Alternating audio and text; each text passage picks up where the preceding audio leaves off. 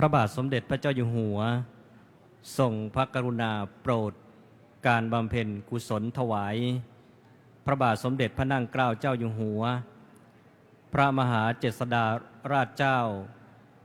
เนื่องในโอกาสวันคล้ายวันพระบรมราชสมภพครบ238 ปีนะครับซึ่งอยู่ในพระบรมราชูปถัมภ์ได้กำหนดจัดขึ้นนะครับภายในพระอุโบสถวัดพระเชตุพนวิมลมังคลารามราชวรมหาวิหารแห่งนี้นะครับซึ่งขณะนี้นั้นท่านสาธุชนอุบาสกอุบาสิกาได้เข้ามาสู่พระอุโบสถแล้วนะครับอีกสักครู่ก็จะได้เข้าสู่พิธีเจริญพระพุทธมนต์ซึ่งเป็นพิธีแรกนะครับได้กราบอาราธนานิมนต์พระสงฆ์สมณศักดิ์10 รูปในการเจริญพุทธมนต์ต่อจากนั้นนะครับจะเป็นพิธีแสดงพระธรรมเทศนาหนึ่งกันซึ่งได้กราบอาราธนาพระเดชพระคุณพระธรรมวชิระปัญญาภรณ์วัดเฉลิมพระเกียรติเป็นองค์แสดงพระธรรมเทศนาต่อจากนั้นนะครับพิธีที่3เป็นพิธีมาติกาสดับปกรณ์ซึ่งได้กราบอาราธนาพระสงฆ์สมณศักดิ์เจ้าคณะพระสังฆาธิการวัดพระเชตุพน50 รูปสวดมาติกาและสดับปกรณ์ดังนั้นจึงขอเรียนเชิญท่านสาธุชนนะครับท่านใดที่อยู่ที่ด้านล่างพระอุโบสถ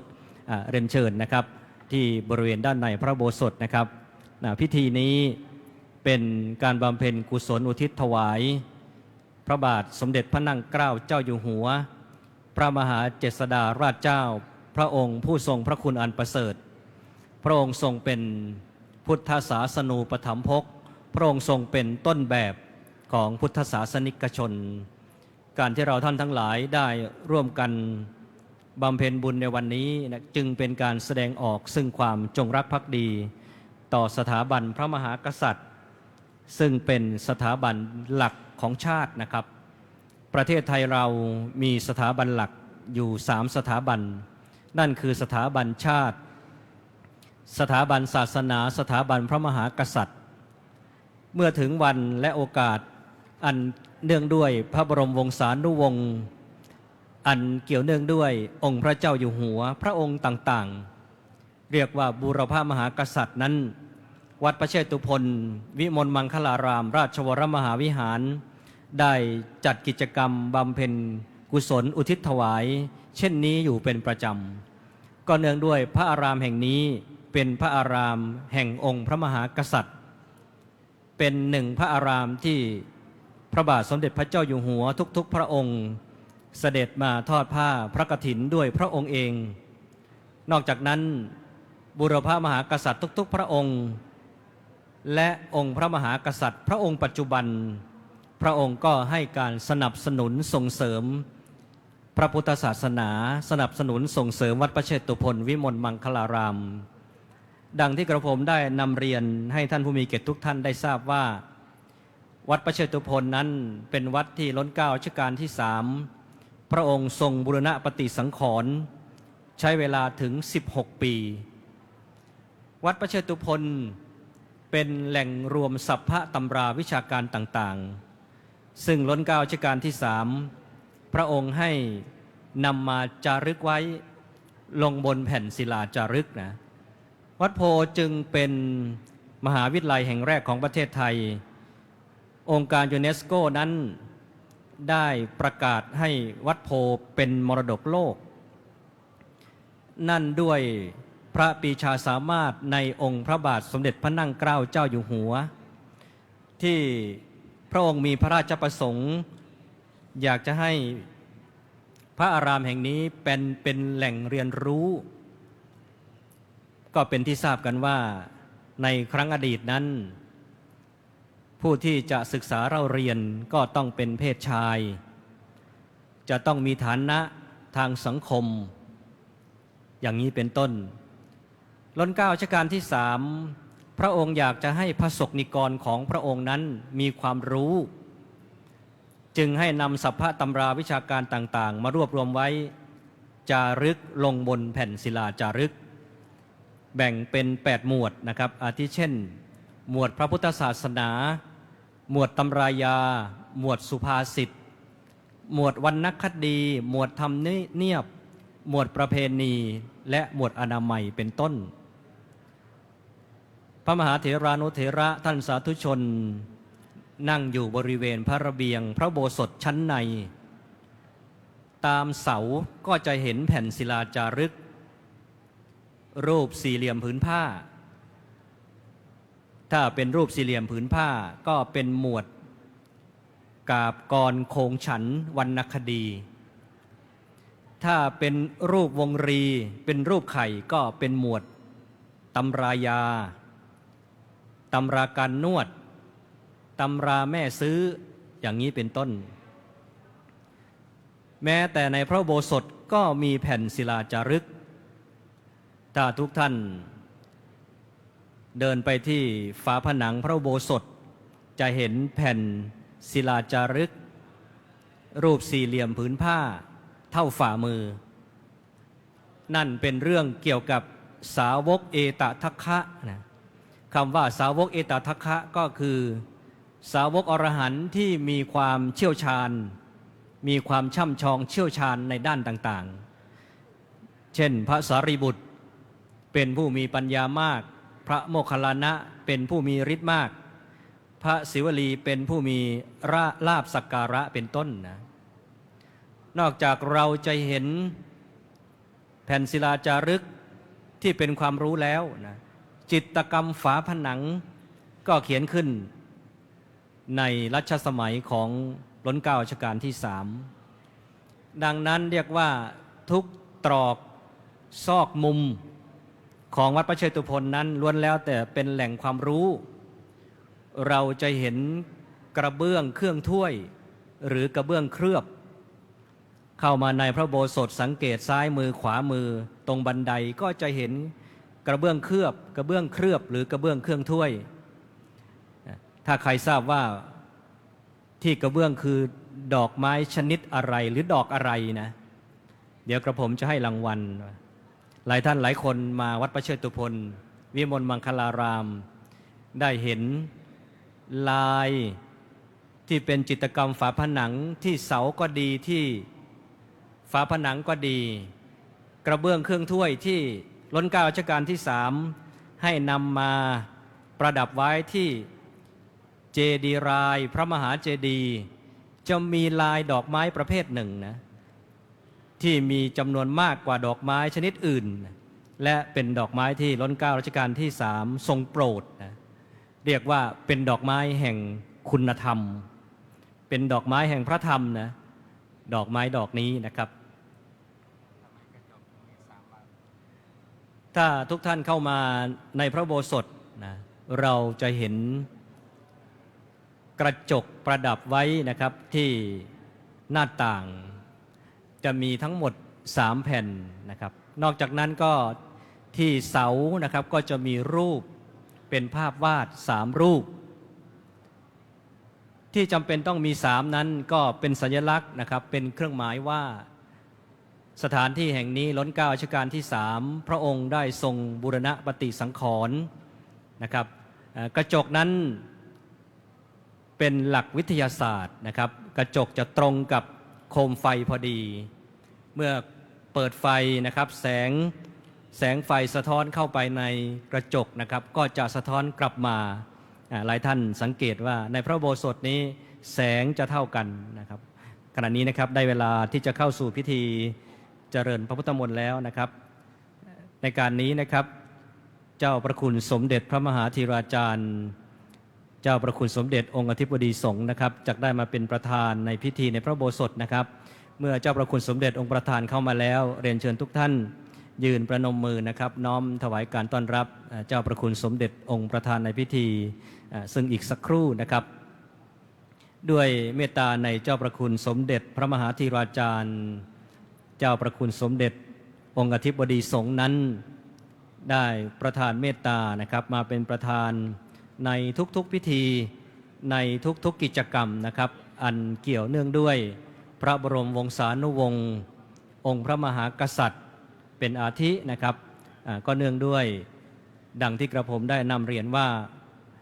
เรียนเชิญทุกท่านนะครับได้ยืนขึ้นนะครับยืนประนมมือหันหน้ามาทางอาสนะสงฆ์นะครับน้อมถวายการต้อนรับเจ้าประคุณสมเด็จพระมหาธีราจารย์เจ้าคณะใหญ่หนเหนือ องค์อธิบดีสงฆ์วัดประเชตุพนวิมลมังคลาราม ราชวรมหาวิหาร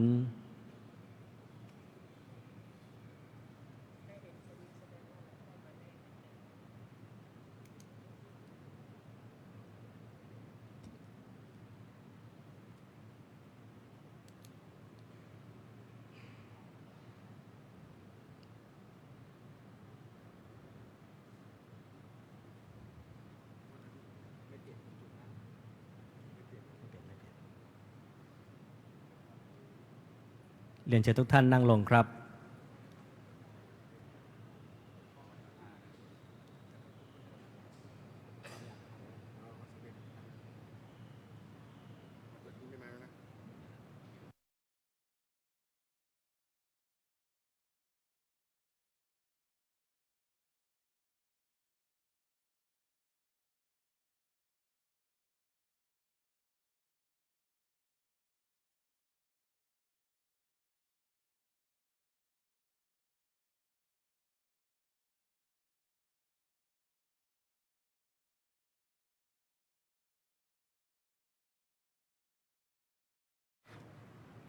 พิธีแรกนะครับเป็นพิธีเจริญพระพุทธมนต์ซึ่งได้กราบอาราธนาพระสงฆ์สมณศักดิ์10 รูปเจริญพระพุทธมนต์ประกอบด้วยพระธรรมวชิโรดม พระเทพวรสิทธาจารย์ พระราชปริยัติพระราชวชรกิจจาภรณ์ พระอุดรคณารักษ์ พระศรีรัตนโนบล พระวชิระภาวนาภิรัตน์วิปัสสนา พระศรีวิสารคุณ พระวชิระรัตนาพรพระวิมลปัญญาพรนะครับซึ่งพระสงฆ์สมณศักดิ์ทั้งนั้นได้เข้ามาสู่พระอุโบสถได้พักรับรองนะครับที่พระระเบียงพระอุโบสถวัดประเชตุพนนะครับนับเป็นเมตตาเป็นอย่างยิ่งในพระมหาเถรานุเถระพระสงฆ์สมณศักดิ์ทุกรูปนะครับซึ่งในการนี้กระผมขออนุญาตถวายกำหนดการพระมหาเถรานุเถระและท่านผู้มีเกียรติทุกท่านอีกครั้งนะครับ 13:30 นาทีพระสงฆ์สมณศักดิ์10 รูปเจริญพระพุทธมนต์ 14 นาฬิกาพิธีแสดงพระธรรมเทศนา1 กัน 14:30 นาทีพระสงฆ์สมณศักดิ์50 รูปสวดมาติกาสดับปกรณ์จึงขอนำเรียนท่านสาธุชนได้ร่วมพิธีจนกว่าจะแล้วเสร็จนะครับวันนี้เราท่านทั้งหลายเป็นผู้โชคดีเป็นผู้มีบุญเป็นผู้มากด้วยบารมีที่จะได้ร่วมกันแสดงออกซึ่งความจงรักภักดีต่อองค์พระมหากษัตริย์บูรพมหากษัตริย์ แม้พระองค์ท่านนั้นจะเสด็จสวรรคตแล้วในการนี้นะครับขอกราบอาราธนาพระสงฆ์สมณศักดิ์10 รูปที่กระผมได้ถวายนามได้ขึ้นสู่อาสนะสงฆ์ขอกราบอาราธนาพระธรรมวชิโรดม พระเทพวรสิทธาจารย์ พระราชปริยัติพระราชวชรกิจจาภรณ์พระอุดรคณารักษ์พระศรีรัตนบลพระภาวนาพระวชิระภาวนาภิรัตน์วิปัสสนาพระศรีวิสารคุณพระวชิระรัตนาพรพระวิมลปัญญาพรขอกราบอาราธนาด้วยความเคารพยิ่งและขณะนี้นะครับพระสงฆ์สมณศักดิ์ทั้งนั้นจะได้ขึ้นสู่อาสนะสงฆ์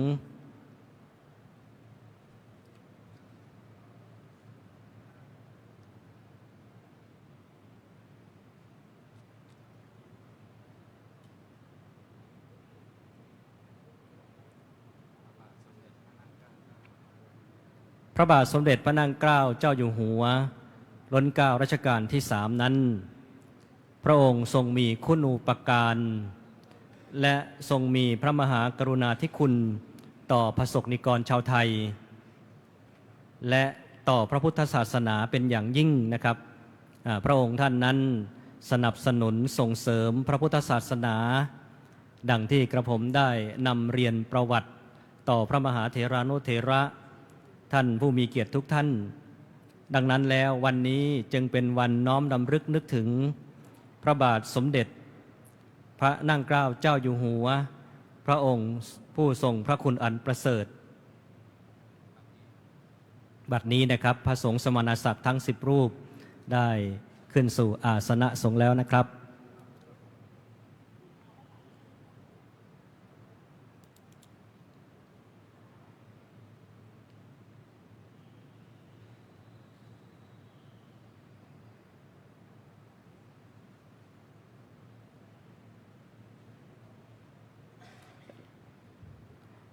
ลำดับถัดไปขอเรียนเชิญนายธนิตตันบัวคลี่รองปลัดกรุงเทพมหานครปฏิบัติหน้าที่แทนปลัดกรุงเทพมหานครได้ให้เกียรติเป็นประธานจุดธูปเทียนบูชาพระรัตนตรัยขอเรียนเชิญด้วยความเคารพครับ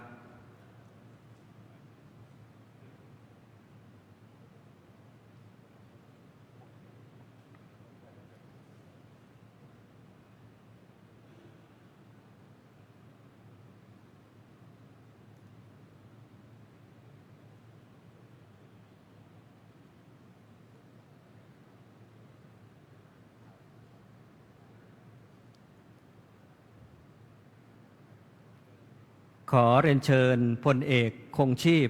ตันตรวณิชประธานมูลนิธิเฉลิมพระเกียรติพระบาทสมเด็จพระนั่งเกล้าเจ้าอยู่หัวได้ให้เกียรติจุดธูปเทียนเครื่องทองน้อยหน้าพระบรมรูปรัชกาลที่3ขอเรียนเชิญด้วยความเคารพครับทั้งหมดตรง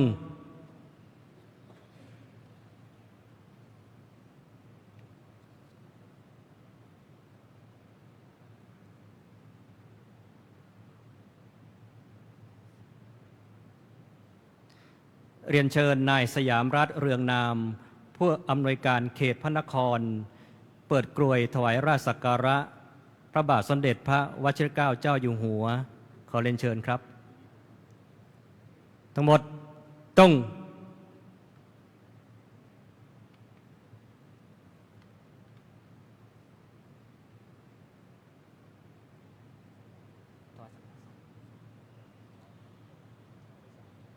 เชิญทุกท่านนั่งลงครับ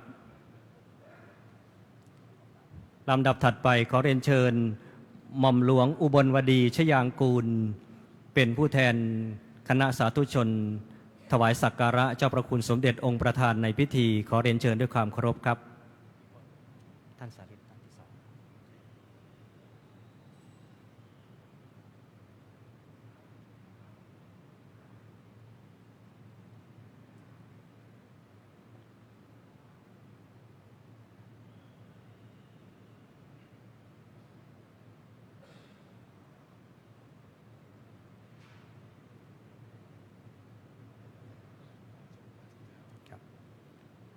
ขอเรียนเชิญท่านสาริตตั้งตรงจิตเป็นผู้แทนอุบาสกอุบาสิกาวัดพระเชตุพนเข้าถวายสักการะเจ้าประคุณสมเด็จองค์ประธานในพิธีขอเรียนเชิญด้วยความเคารพครับ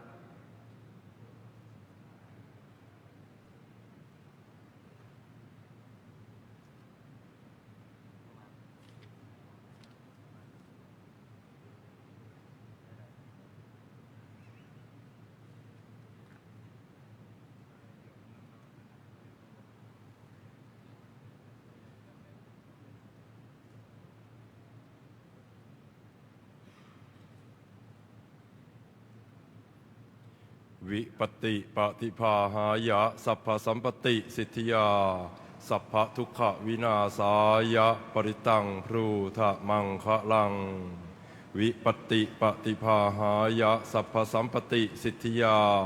สัพพพยาวินาศายะปริตังพรูทะมังคะลังวิปติปฏิภาหายะสัพพสัมปติสิทธิยาสัพพโรคะวินาศายะปริตังพรูทะมังคะลังนะโมตัสสะภะคะวะโตอะระหะโตสัมมาสัมพุทธัสสะนะโมตัสสะภะคะวะโตอะระหะโตสัมมาสัมพุทธัสสะนะโมตัสสะภะคะวะโตอะ อะระหะโต สัมมาสัมพุทธังสัมพุทธังสรณังคัจฉามิธัมมังสรณังคัจฉามิสังฆังสรณังคัจฉามิทุติยมปิพุทธังสรณังคัจฉามิทุติยมปิธัมมังสรณังคัจฉามิทุติยมปิสังฆังสรณังคัจฉามิตติยมปิพุทธังสรณังคัจฉามิตติยมปิธัมมังสรณังคัจฉามิตติยมปิสังฆังสรณังคัจฉามิสัมพุทเตอัตถเวสัญจะทวานทัสสัญจะสหัสสะเกปัญจะสัตตสหัสสานินามามิสิรสาอะหังเตสังธัมมันจะสังกัญจะอัฏฐเรนะนามามิหังนัมมการานุภาเวนะอันตวาสาเพอุปันทเวอเนกาอันตรายาติวินันสันตุอาเสนสตโตสัมพุทเตปัญจปัญญาสัญจะจตุเวสติสหัสสะเกณทัสสะสัตตสหัสสานินามามิสิรสังเตสังธรรมันจะสังขันจะอาทะเรนะนามามิหังนัมมการานุภาเวนะอันตวาสาเพอุปันทเวอเนกาอันตรายาปิวินันสันตุอาเสสะโตสัมพุทเท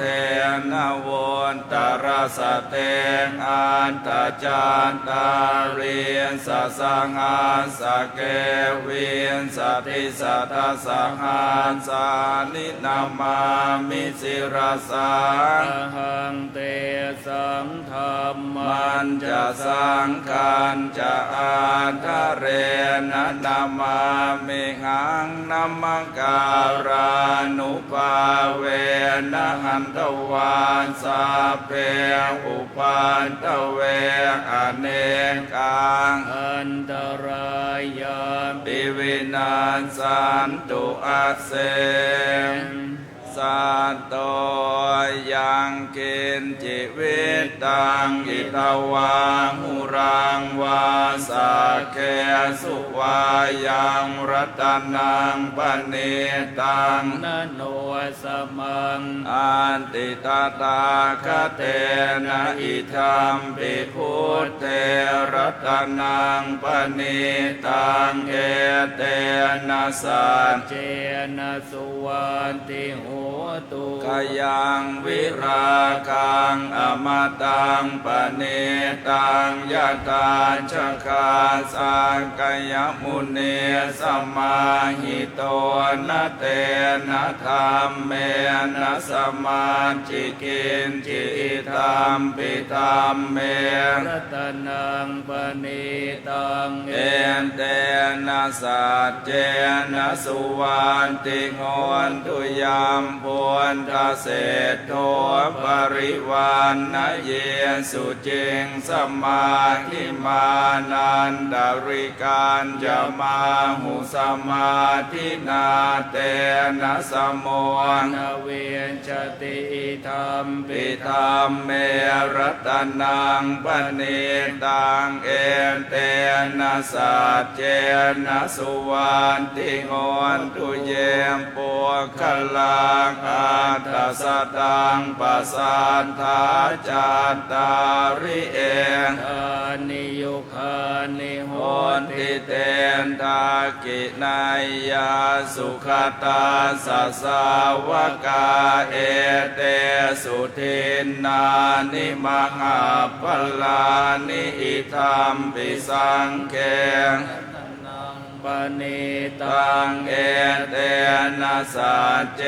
นะสุวันติงอนตุเยนโสมปยุตตามนัสสัตตันเทนะนิกามิโนโคนตมัสสังนามิเตปฏิปัตตังวิคัยงลาตามุทาเนปุติงพุนชมานาอิตัมปิสังเครัตนังปณิตังเอเตนะสัจเจ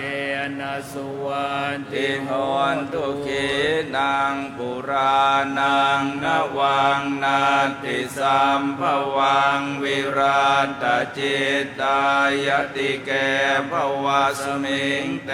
ขีนาปิชาวิรุณนิชันธานิปันติเตรายทายามปฏิปัวอิธัมปิสังเครัตนังปณิตังเอ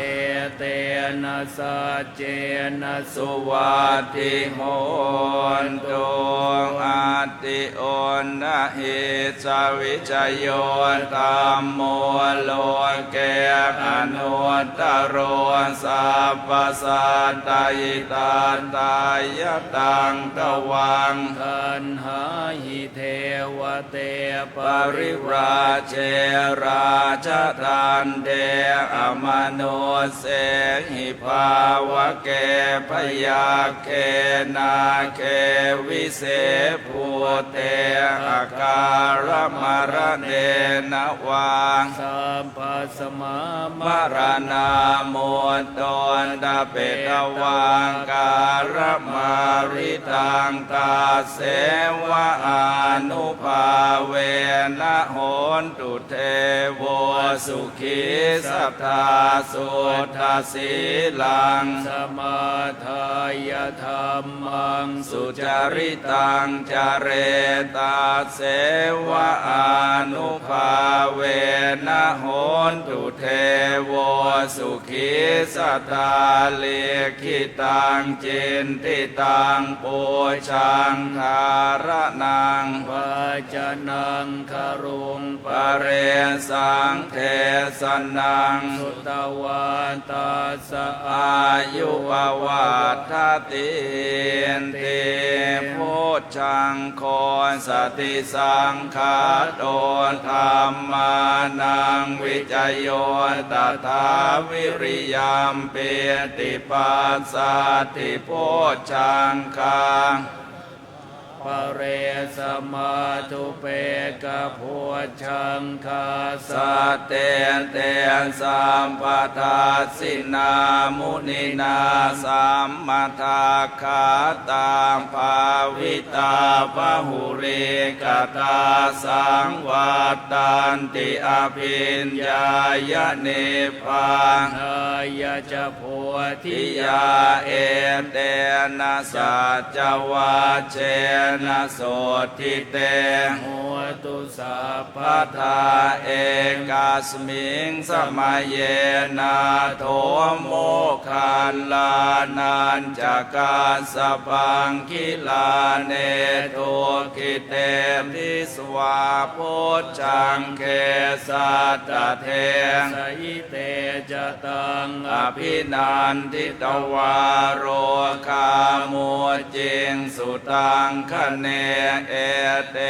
นะสัจวาเชนะโสทิเตโหนตุสัพพทาเอกทาธรรมราชาติเครัญเยนาภิปิริโต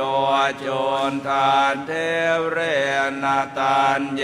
วะพนาเปตวานาสันทรังสัมโมทิตวานจะอาภาทางทานาโสเอเตนะสัจวาเชนะโสติเตโหนตุสัมปตาปะหินาเตจะอาภาธาตินันนัมปิมเหสินังมะขังหตกิเรสาวปัตตานุปาติธรรมตังเอเตนะสัจวาเชนะโสติเตโหตุสัพพทานาติเม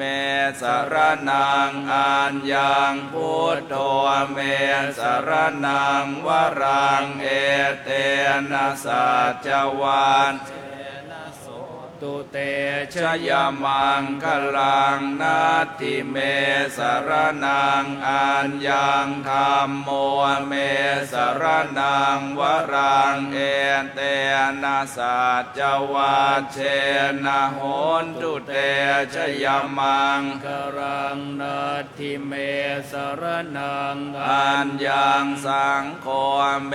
สรนังวรังเอเตนะสัจวาเชนะโหนตุเตชยมังคลังยังกินจิรัตนังโลเกวิชติวิวิทังพุทธุรัตนังพุทธสมังนาติตาสมังสุทิภวันตุเตยังกินจิรัตนังโลเกวิชติวิวิทังพุทธุรัตนังธรรมสมังนาติตาสมาโสติภวันตุเตยังกินจิรัตนังโลเกเวียนชติวิวิตังปุตุรัตนังคัสมังนาติตาสมาโสติภวันตุเตภวตุสัพพมังคลังราคันตุสัพพเทวตาสัพพพุทธานุภาเวนัสทาโสติภวันตุเตภวตุสัพพมังคลังราคันตุสัพพเทวตาสัพพธรรมานุภาเวนัสทาโสติภวันตุเตภวตุสัพพมังคลังราคันตุสัพพเทวตาสัพพสังฆานุภาเวนัสทาโสติภวันตุเตพระสงฆ์สมณศักดิ์10 รูปได้เจริญพระพุทธมนต์จบลงนะครับวันที่31 มีนาคมของทุกปีเป็นวันระลึกถึงพระบาทสมเด็จพระนั่งเกล้าเจ้าอยู่หัวหรือวันมหาเจษฎาบดินทร์เพื่อรำลึกนึกถึงพระมหากรุณาธิคุณของพระองค์ท่านนะครับพระบาทสมเด็จพระนั่งเกล้าเจ้าอยู่หัวทรงเป็นพระราชโอรสในรัชกาลที่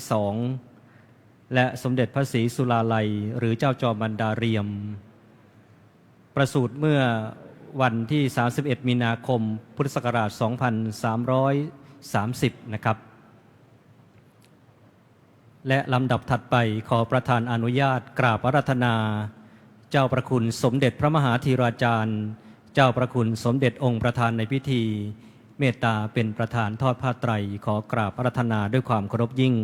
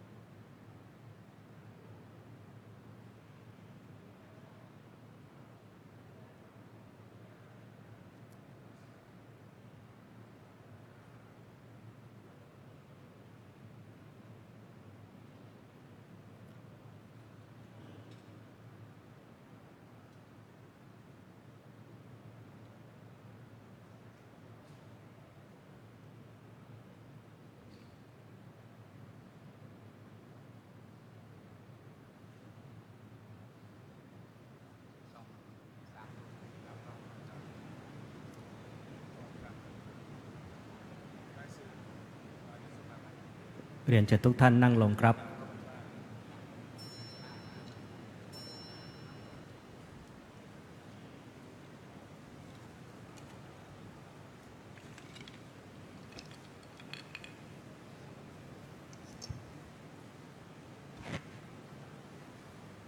อนิจจาวัฏสังขาราอุปาทวยธรรมิโนอุปชิตวานิรุจจันติเตสังบูปะสมโมสุโข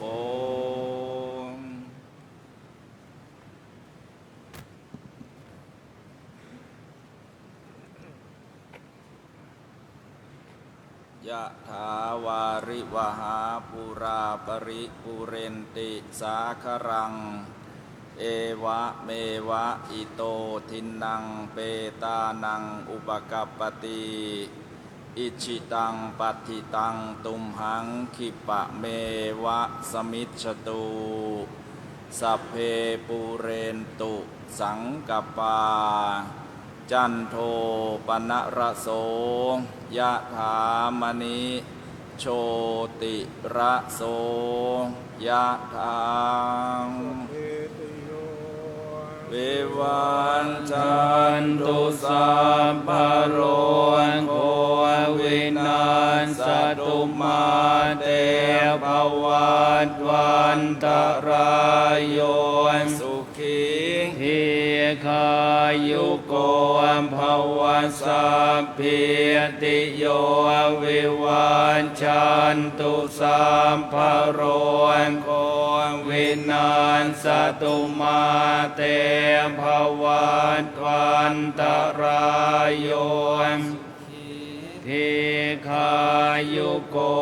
ภวสัพพิติโยวิวันจันตุสัพพะโรโควินาศตุมาเตภวัตวันตรายโยสุขีทีคายุโกภวังอภิวาทนาสิริสนิจังบุญธาปัจจายโนจัตตารโอธรรมวัฏันติอายุวันโนสุขังภะรังอายัญจะโคทางคินาทินนาสังฆามิสุปฏิทิตาทิคารัตตังยาสัทธานาโสอุปกาปฏิโสยาติธรรมโมจะอายังนิทาสิโตเปตานภูชาจักตาอุรารังภรัญจะเพียงโคนัมมโนปทินนางตุมเหหิปุญญังปสุตังอนาปการติโสอัตตลาโตสุขิโตวิรุณโหพุทธศาสเนอโรโคสุขิโตโมหิสหัสสะเพหิยาติภิโสอัตตราโตสุขิโตวิรุณทัสสะสเนอโรโคสุขิโตโหอิสหัสสะเพหิยาติภิโสอัตตลาโตสุขิโตวิรุณหัวพุทธศาสเนอโรโคสุขิโตสหัสสะเพหิยาติภิอติเรกะวัสสตังชีวตุอติเรกะวัสสตังชีวตุอติเรกะวัสสตังชีวตุทีคายุโกโหตุอโรโคโหตุทีคายุโกโหตุอโรโคโหตุสุขิโตโหตุปรเมนทะมหาราชา สิทธิกิจยังสิทธิกัมมังสิทธิลาโภชโยนิจยังปรเมนทะมหาราชวรัสสะภวตุสัพพทาขอถวายพระพรสัพพมังคลังลังคันตุสัพพเทวตาสัพพพุทธานุภาเวนัสทธาโสทิภวันตุเตภวตุสัพพมังคลังลังคันตุสัพพเทวตาสัพพธรรมานุภาเวนัสทธาโสทิภวันตุเตภวตุสัพพมังคลังลักขันตุสัพพเทวตาสัพสังฆานุภาเวนัสทธาโสทิภวันตุเตพระสงฆ์สมณศักดิ์10 รูปได้อนุโมทนาจบลงนะครับในนามคณะสงฆ์วัดประเชตุพนมีเจ้าประคุณสมเด็จพระมหาธีราจารย์เจ้าประคุณสมเด็จองค์อธิบดีสงฆ์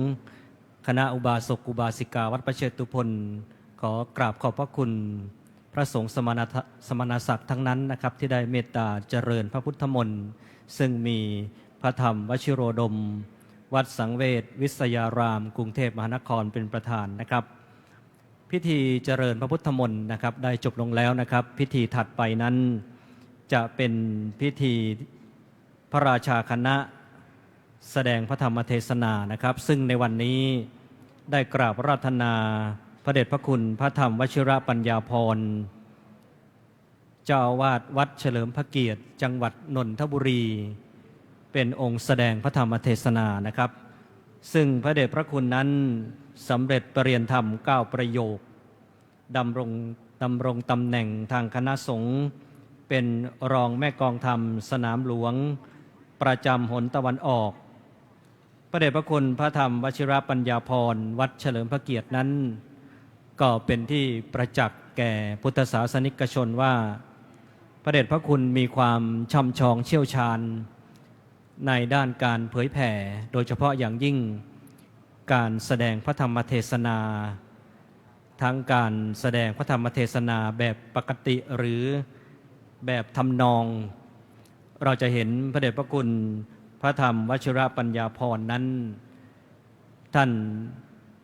ออกไปแสดงพระธรรมเทศนาตามสถานที่ต่างๆตามพระอารามตามวัดต่างๆองค์กรต่างๆนะครับดังนั้นแล้ววันนี้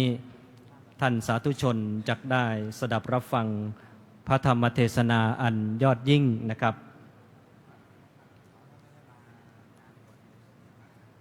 พระบาทสมเด็จพระนั่งเกล้าเจ้าอยู่หัวรัชกาลที่3แห่งราชวงศ์จักรีนั้นของราชเมื่อพุทธศักราช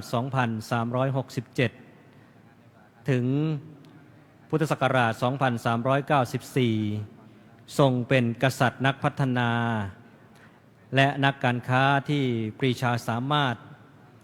ทรงฟื้นฟูเศรษฐกิจ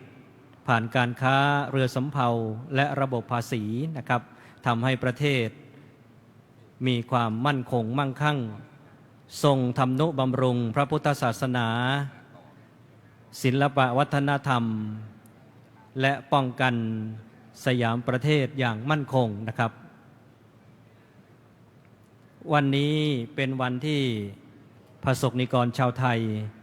จักได้น้อมรำลึกนึกถึงพระมหากรุณาธิคุณของพระองค์ท่าน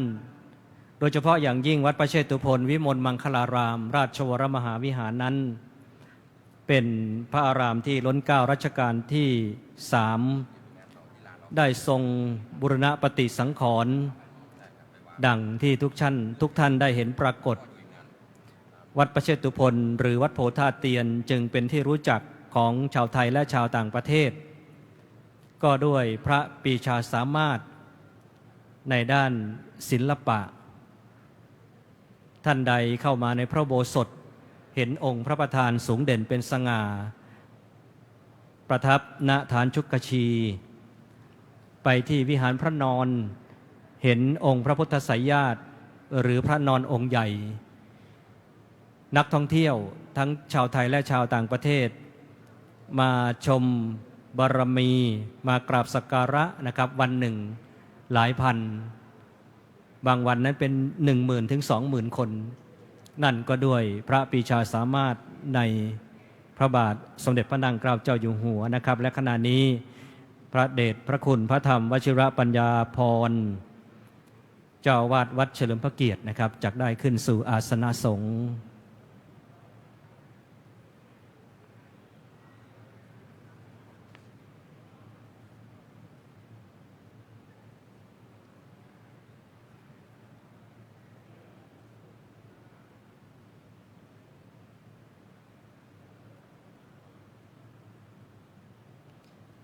หลังจากเสร็จพิธีพระราชาคณะ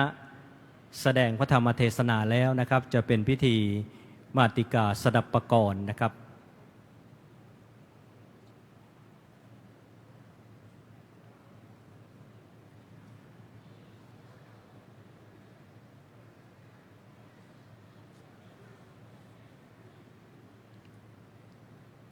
ในการนี้นะครับก็ต้องขออนุโมทนาท่านธนิตตันบัวคลี่รองปลัดกรุงเทพมหานคร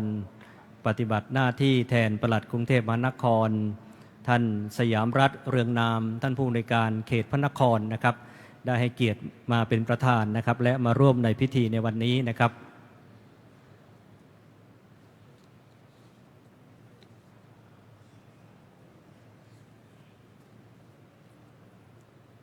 พระบาทสมเด็จพระนั่งเกล้าเจ้าอยู่หัวทรงเป็นพระราชโอรสในรัชกาลที่2นะครับและสมเด็จพระศรีสุราลัยหรือเจ้าจอมันดาเรียมนะครับประสูติเมื่อวันที่31มีนาคมพุทธศักราช2330มีพระนามว่าพระองค์ชายทัพ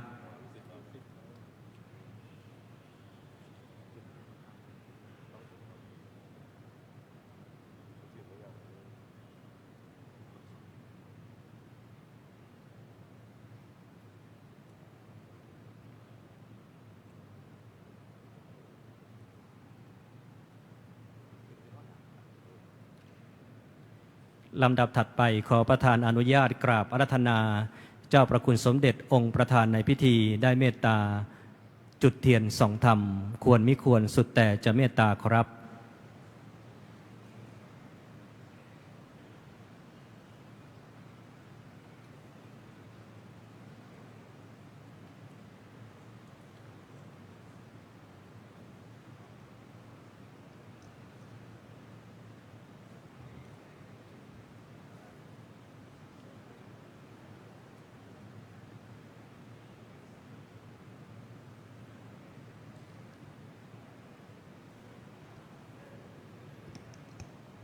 มะยังพันเต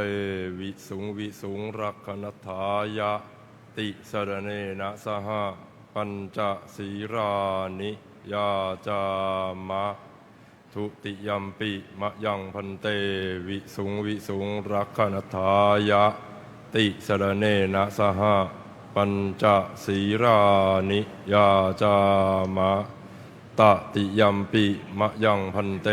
วิสุงรักขณทายะติสรเนนะสห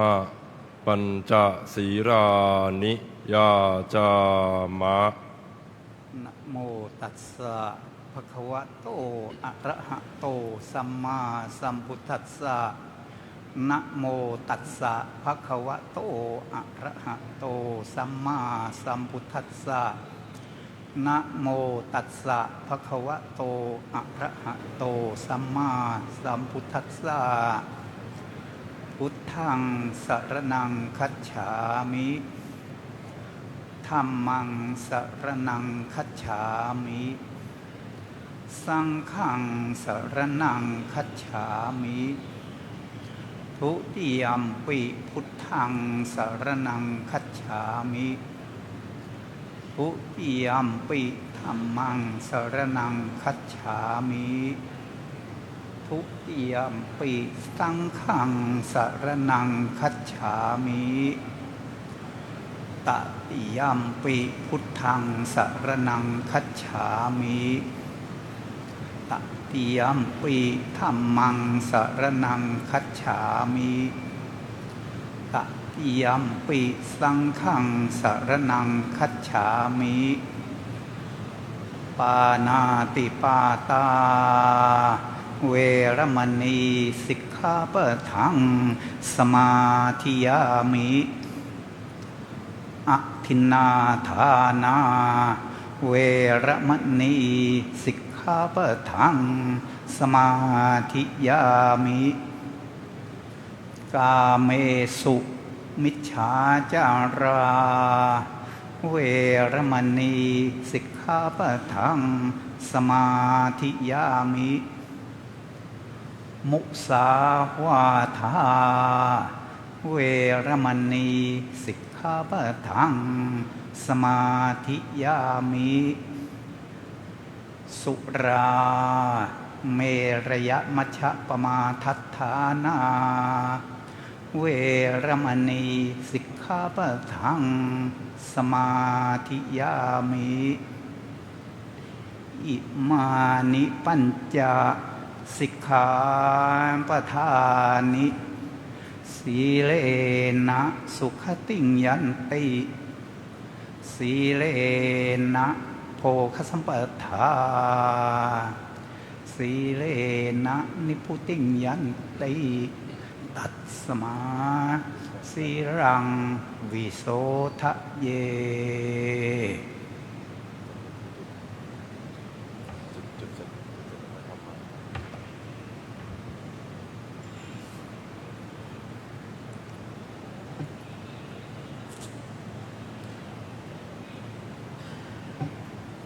พระมาจโรกาธิปติสหัมปติกัดอัญชรีอันทิวรังอาญาจทะสันติทะสัตตาปารักชขะชาติกาเทเสตุธัมมังอนุกัมปิมังปะชัง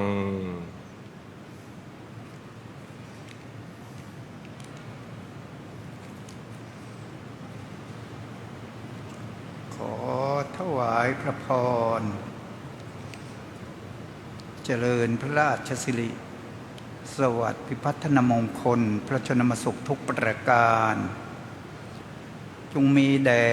สมเด็จบรมบพิตรราชสมภารพระองค์สมเด็จพระปรเมนทรธรรมิกมหาราชาธิราชเจ้าผู้ทรงพระคุณอันประเสริฐบัดนี้จักรับพระราชทานถวายวิสัชนาพระธรรมเทศนาว่าด้วยเรื่องสัตบุรุษอุบัติเกิดมาย่อมบำเพ็ญประโยชน์เกื้อกูลแก่โลกอย่างกว้างขวางฉลองพระเดชพระคุณประดับพระปัญญาบารมีถ้ารับพระราชทานถวายวิสัชนาไปไม่ได้ต้องตามโวหารอธิบายในพระธรรมเทศนาณบทใดบทหนึ่งก็ดีขอเดชะพระเมตตาคุณพระกรุณาคุณและพระขันติคุณทรงพระกรุณาโปรดพระราชทานอภัยแด่อาตมะผู้มีสติปัญญาน้อยขอถวายพระพรนะโมตัสสะภะคะวะโตอะระหะโตสัมมาสัมพุทธัสสะนะโมตัสสะภะคะวะโตอะระหะโตสัมมาสัมพุทธัสสะนะโมตัสสะภะคะวะโตอะระหะโตสัมมาสัมพุทธัสสะสัพพุริโสภิกขเวชายมาโนพหุชนัสสะอัฏฐายะหิตายะโอ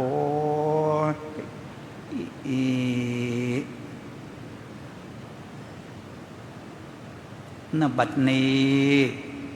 จักรับพระราชทานแสดงพระธรรมเทศนาว่าด้วยเรื่องสัพพบุรุษเมธีชนอุบัติเกิดมาย่อมบำเพ็ญประโยชน์เกื้อกูลแก่โลก ให้แก่สังคมอย่างมหาศาลกว้างขวางเป็นอเนกอนันต์เกี่ยวเนื่องในการบำเพ็ญกุศลณวันนี้รู้กันดีว่าเป็นวันเจษฎาบดินทร์ในโอกาสที่พระบาทสมเด็จพระเจ้าอยู่หัวทรงพระกรุณาโปรดพระราชทานผ้าไตรถวายพระสงฆ์ในพิธีบำเพ็ญกุศลในโอกาสวันพระราชสมภพครบ238 ปีของพระบาทสมเด็จพระนั่งเกล้าเจ้าอยู่หัวรัชกาลที่3จักรีวงศ์ณที่พระอุโบสถวัดพระเชตุพนวิมลมังคลารามเขตพระนครกรุงเทพพระมหานครประจำปีนี้เป็นการแสดงกตัญญูกตเวทีให้ปรากฏตามอุเทศบทพระบาลียกเบื้องต้นมีคำว่าสัพปุริโสภิกขเวชายมานาดังนี้ในพระธรรมเทศนานี้ชี้ลักษณะของธรรมะลักษณะ4ประการคือ 1. บุคคล 2. ธรรมะ 3. การกระทำและ 4. ผลลัพธ์แห่งการกระทำในบรรดาทั้ง4นั้นมีคำว่าสัพพบุรุษหรือสัตตบุรุษได้แก่ใครอธิบายได้แก่เมธีชนบุคคลรู้จักตนรู้จักประมาณการเวลามีพรหมวิหารธรรมเป็นดังหนึ่งร่มไม้ร่มโพร่มไทรให้ได้พักพาอาศัยพึ่งได้พิงได้บุคคลเช่นนี้แหละคือสัตตบุรุษ 2. ดูธรรมะธรรมะคือคุณากรส่วนชอบสาธรดุจดวงประทีปชัชวาลย่อมมีประจำแน่ประจำใจเป็นหลักธรรมหลักใจโดยเฉพาะมีสติสัมปชัญญะหิริโอตตัปปะโดยเฉพาะหิริโอตตัปปะคือรังเกียจบาปทุจริตกลัวบาปทุจริต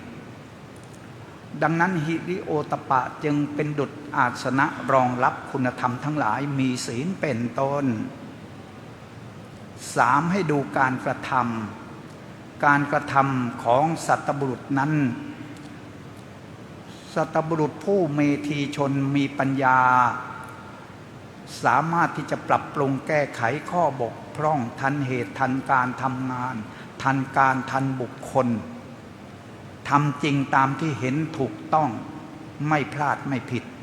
4. ให้ดูผลลัพธ์แห่งการกระทำวิบากแห่งการกระทำนั้นไม่มีข้อผิดพลาดเพราะได้ตรองด้วยสติปัญญา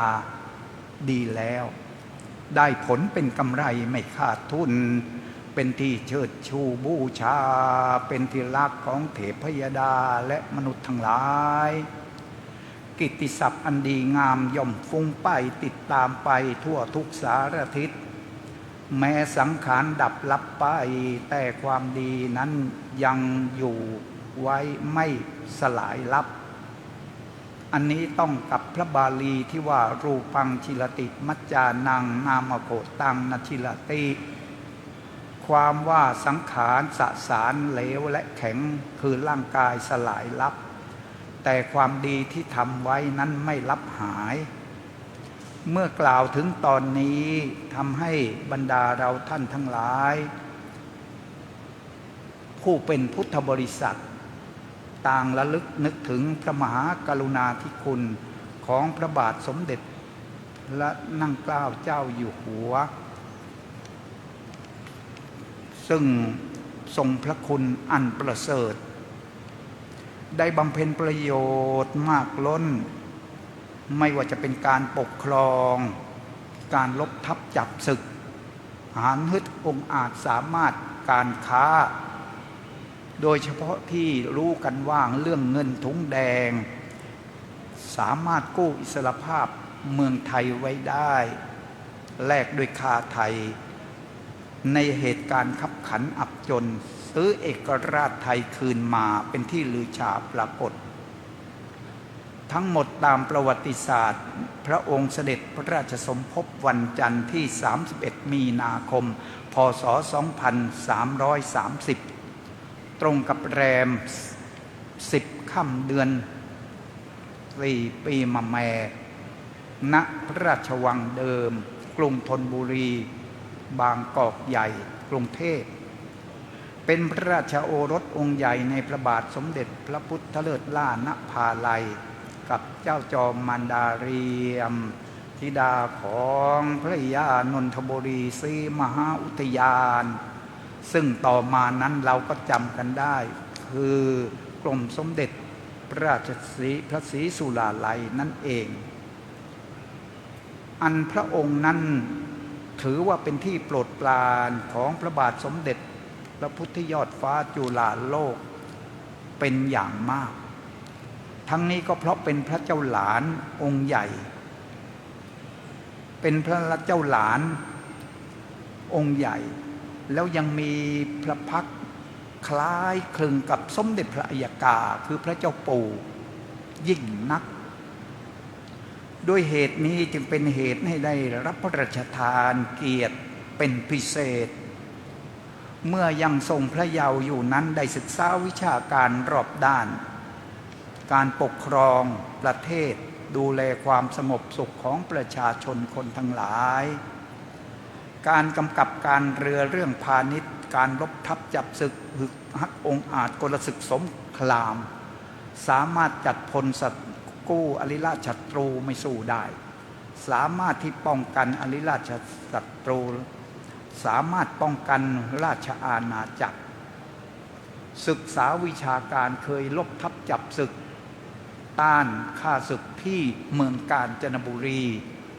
ด่านเจดีย์3 องค์เป็นต้นนอกจากนี้ยังศึกษาความสัมพันธ์ต่างประเทศการตราพระราชกำหนดกฎหมายต่างๆในส่วนการพระพุทธศาสนา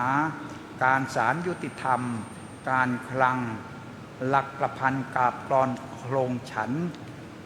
ชำนาญหมดเกียรติยศปรากฏไปทั่วทิศาลุถึงปีพศ2352สมเด็จพระพุทธยอดฟ้าจุฬาโลกเสด็จสู่สวรรคตสมเด็จบรมชนกนาถคือพระพุทธเลิศล่านภาลัยได้ครองสิริราชสมบัติด้วยหลักทศพิธราชธรรมงามมิใช่น้อยด้วยเหตุนี้พระองค์ได้ทรงพระกรุณาโปรดเกล้าพระเจ้าลูกยาเธอสถาปนาขึ้นเป็นพระเจ้าลูกยาเธอกรมหมื่นเจษฎาบดินทร์และให้กำกับการราชการกรมท่ากรมพระคลังมหาสมบัติกรมตำรวจว่าความดีกาในราชการแผ่นดินซึ่งในขณะนั้นบรรดาชาวตะวันตกต่างก็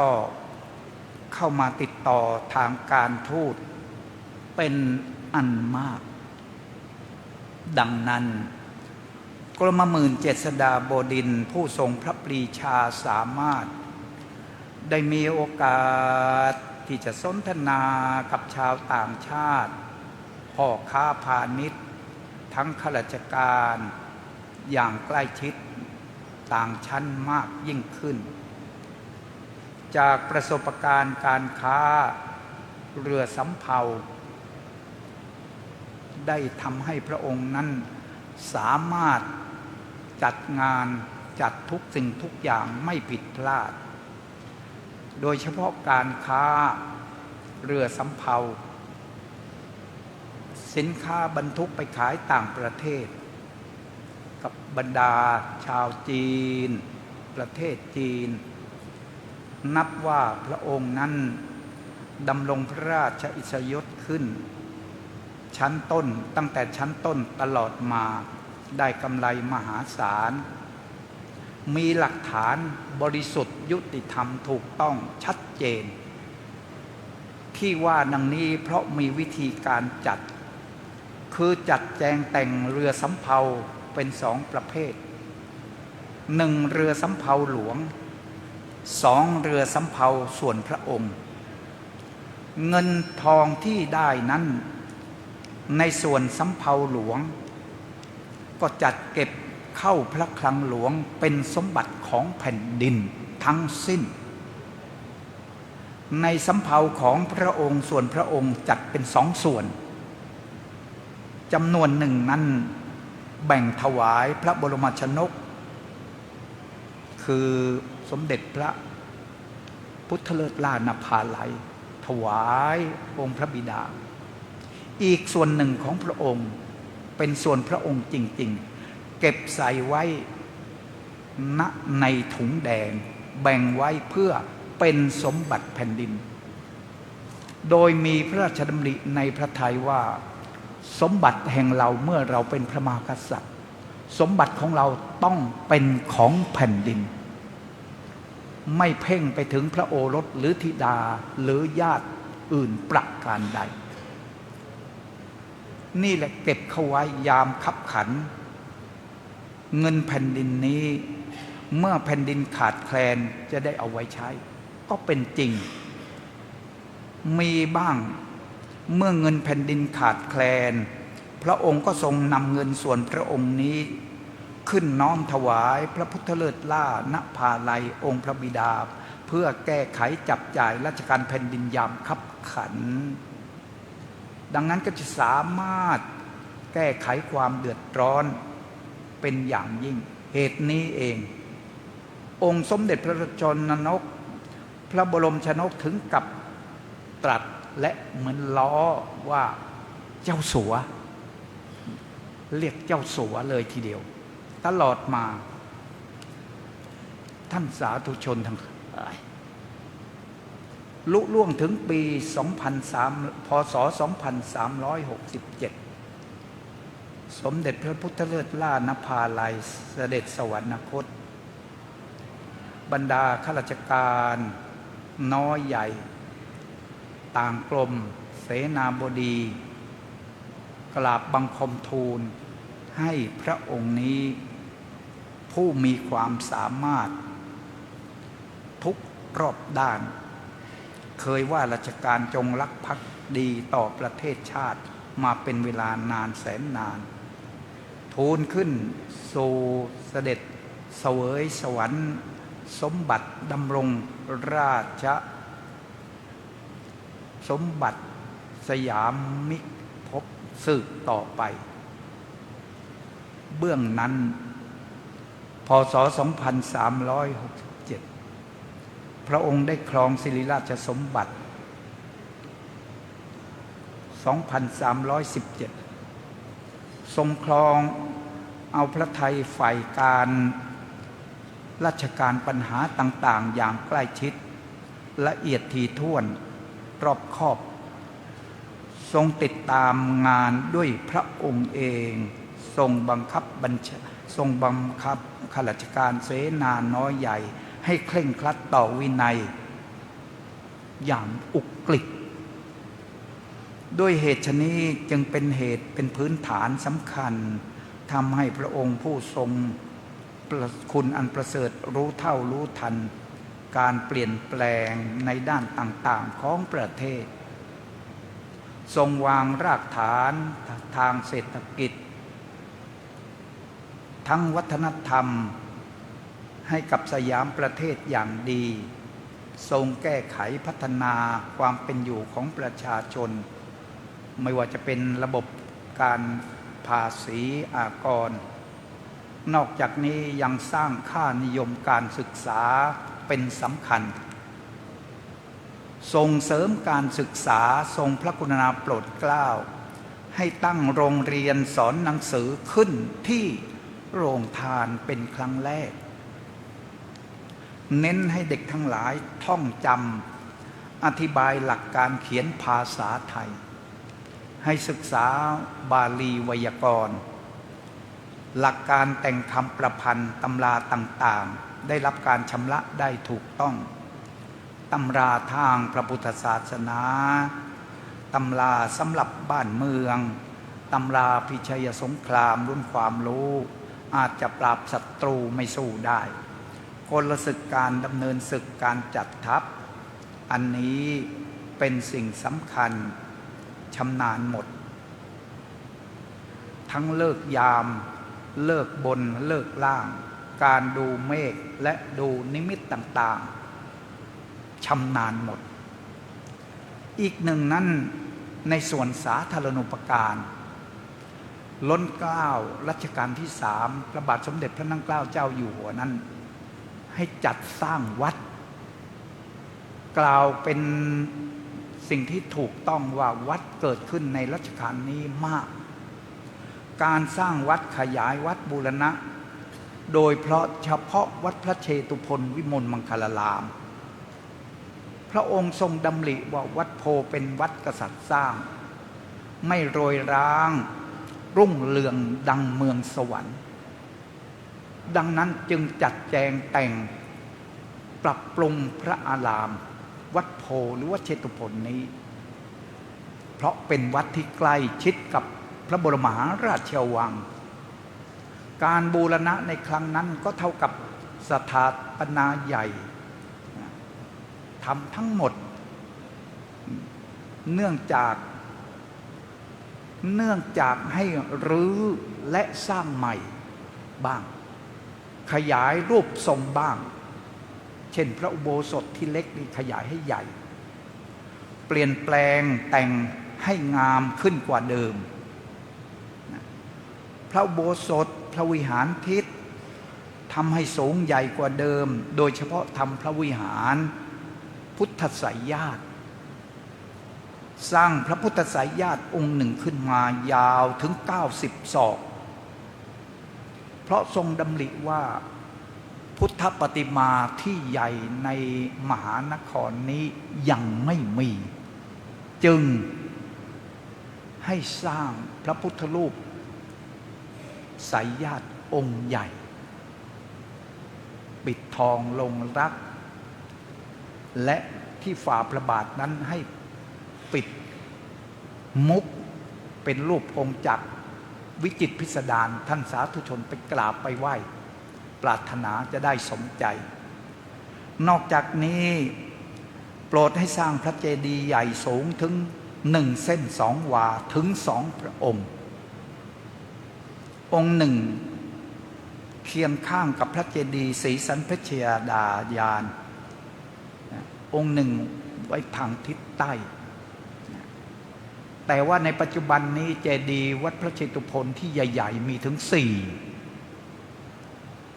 องค์กลางนั้นเป็นสมเด็จพระพุทธยอดฟ้าจุฬาโลกให้สร้างพร้อมกับตอนทรงสถาปนาวัดเจดีย์ทางทิศเหนือมีพระนามว่ามหาเจดีย์ดิโลกธรรมนิทานสร้างอุทิศถวายพระบรมชนกอีกองค์หนึ่งประดิษฐานอยู่ทิศใต้พระนามว่าพระมหาเจดีย์มุนีปัตตบริขารสร้างเป็นการส่วนพระองค์ส่วนอีกองค์หนึ่งถ้าไปดูได้อยู่ทิศตะวันตกของพระเจดีย์ศรีสันเพชร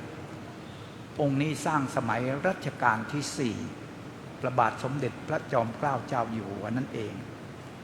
นอกจากนี้ยังโปรดให้สร้างสังฆาวาสคือกุฏิของพระสงฆ์ให้เป็นที่มั่นคงสร้างเป็นตึกจัดเป็นหมวดเป็นหมู่เป็นระเบียบเป็นคณะนอกจากนี้ยังให้สร้างศาลารายเรียงรายและให้จารึกสัพพตำราต่างๆ8 หมวดลงบนหินอ่อนประดับประกอบไว้ตามศาลาลายเพื่อให้ความรู้แก่ประชาชนทั้งหลายเช่นวิชานวดมีแผนภูมิภาพลายเส้นโครงสร้างของร่างกายมนุษย์จุดเส้นประสาทต่างๆมีคำอธิบายวิธีการนวดท่านวดท่ากดมีภาพแสดงชัดเจนซ้ำยังมีรูปฤาษีดัดตนในท่าต่าง การที่พระองค์โปรดเกล้าให้บูรณะปฏิสังขรณ์และจารึกสรรพวิชาความรู้ไว้ในพระอารามนี้ทำให้มีส่วนสัมพันธ์กับสังคมยิ่งขึ้นเพราะเป็นสื่อกลางระหว่างรัฐะกับราษฎรเนื้ออื่นใดไม่ใช่เป็นเพียงปูชนียวัตถุและมหาสังฆาวาสแห่งภิกษุสงฆ์เท่านั้นวัดพระเชตุพนจึงกลายเป็นอาสมทางปัญญาซึ่งรัฐะนั้นได้ขยายปลูกฝังความรู้ต่างๆให้แก่สังคมประเทศที่เปิดประตูการค้ามาตลอดถือว่าที่นี่เป็นมหาวิทยาลัยเปิดแห่งแรกของไทยก็คงไม่ผิดดังนั้นจึงส่งผลให้ทางการค้าเป็นเศรษฐกิจหลักแก่บ้านเมืองสมัยนั้นสืบมา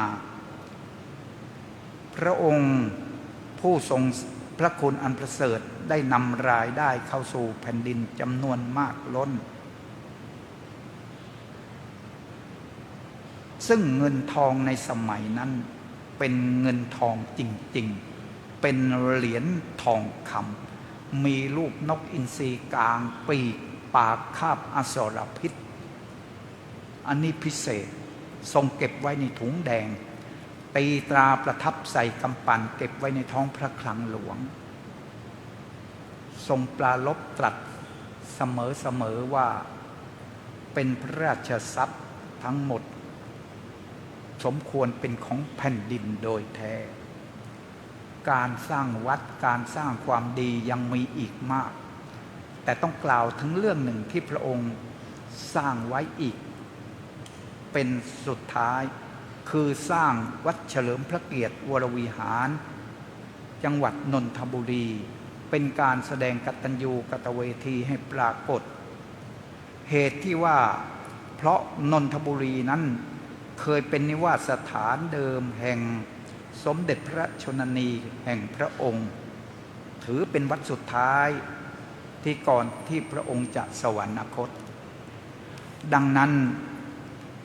วัดเฉลิมพระเกียรติวรวิหารได้สรรสร้างพ.ศ. 2390ประมาณนั้นเป็นพระอารามหลวงชั้นโทชนิดวรวิหารพระอุโบสถนั้นเป็นอาคารประธานของวัดลักษณะสถาปัตยกรรมแบบผสมศิลปะไทยและจีนกว้าง26 เมตรยาว40 เมตรตั้งอยู่ระหว่างพระวิหารและการประเรียนมีกำแพงแก้วล้อมรอบอาคารทุกหลังคามุมกระเบื้องเป็นกระเบื้องรางดินชนิดกาบกล้วยหน้าบันทั้งหน้าและหลังนั้นประดับด้วยกระเบื้องเคลือบสร้างพระเจดีย์แบบลังกาฐานแปดเหลี่ยม2 ชั้นกว้าง30 เมตรสูง45 เมตรสร้างกุฏิสงฆ์เป็นที่อยู่อาศัยของพระสงฆ์มีกำแพงใหญ่หน้าวัดก่ออิฐถือปูนรอบวัดมีใบเสมาทำนองเดียวกับกำแพงพระบรมมหาราชวังสร้างป้อมปราการก่ออิฐถือปูนอยู่มุมกำแพงทั้ง4เป็นอนุสรณ์ที่เคยเป็นป้อมบัญชาการรบสภาพแวดล้อมรื่นรมด้วยหมู่แมกไม้น้อยใหญ่ปักษาที่ชาติได้อาศัยร้องประสานเสียงสายลำน้ำเจ้าพระยาไหลผ่านมาดอกไม้งามตาซึ่งอุลาปลูกศรัทธาเป็นเสน่หาตัวเองแห่งวัดยิ่งนักนั่นแหละลุถึง 2394 ล้นเกล้าพระนางเกล้าเจ้าอยู่หัวได้สร้างประเทศชาติสถิตความดีนั้นเป็นที่ตรึงตราประทับไว้กับโลกตลอดเวลาดำรงศิริราชสมบัติถึง26 ปี 8 เดือน 12 วันบำเพ็ญกุศลบารมีช่วยประเทศชาติมหาศาลเป็นล้นพ้น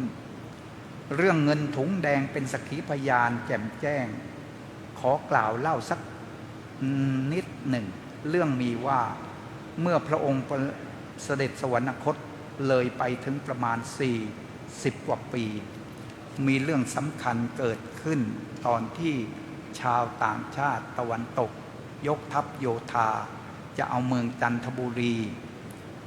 และพร้อมให้ไทยนี้ชดใช้ค่าเสียหาย3 ล้านฟรังภายใน48 ชั่วโมงมิฉะนั้นจะยึดประเทศไทยถึงคราวคับขันเงินทองมหาศาลนั้นจะนำมาได้จากที่ไหนใช้ให้กับฝรั่งเศสไทยจะถึงการล่มสลายละลือเกือบจะหมดเวลาต่อรองท่านผู้ใหญ่เตือนสติให้ระลึกนึกถึง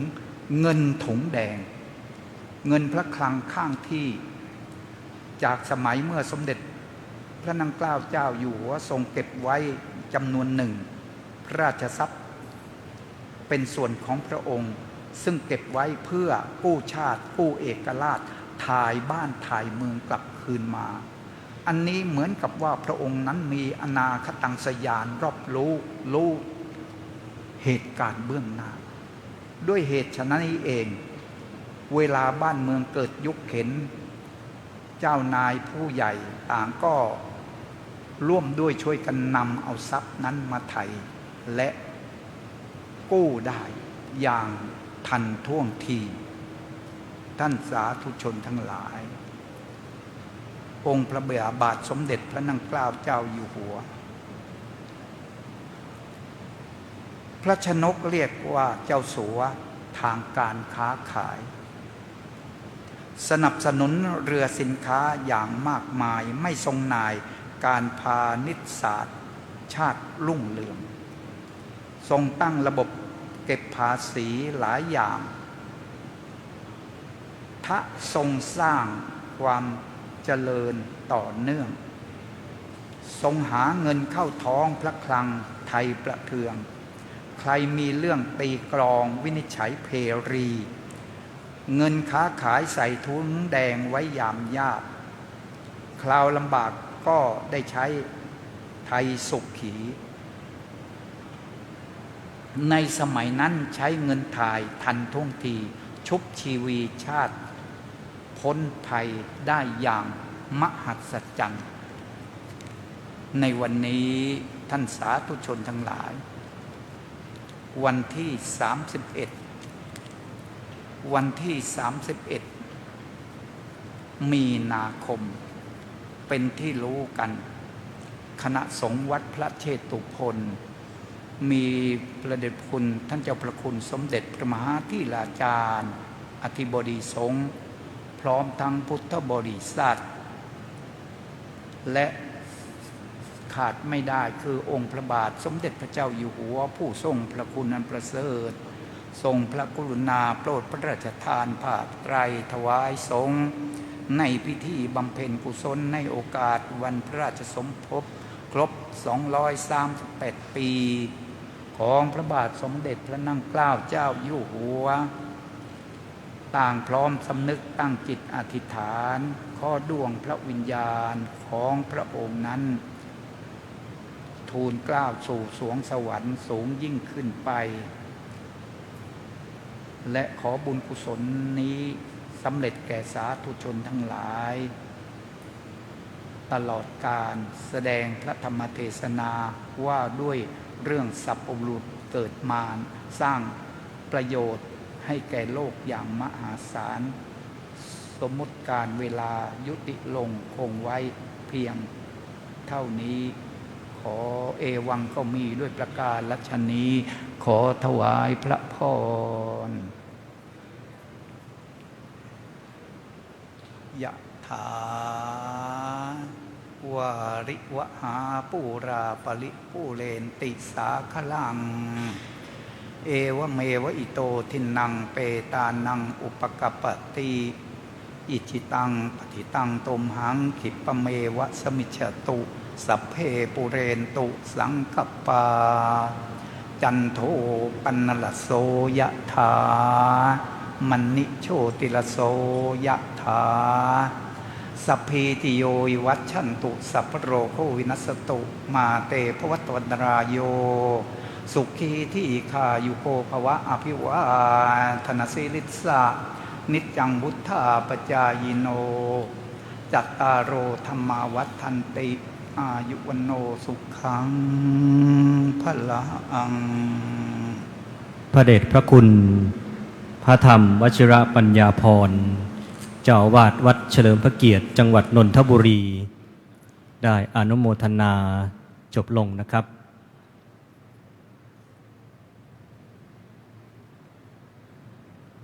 พระเดชพระคุณนั้นสำเร็จปรริญญาธรรม9ประโยคดำรงตำแหน่งรองแม่กองธรรมสนามหลวงประจำหนตะวันออกนะครับพระเดชพระคุณนั้นเป็นพระธรรมกถึกเป็นต้นแบบของนักเผยแผ่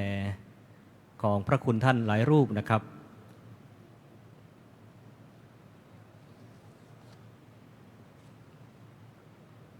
ลำดับถัดไปขอเรียนเชิญท่านผู้มีเกียรติที่มีนาม3ท่านดังต่อไปนี้นะครับน้อมถวาย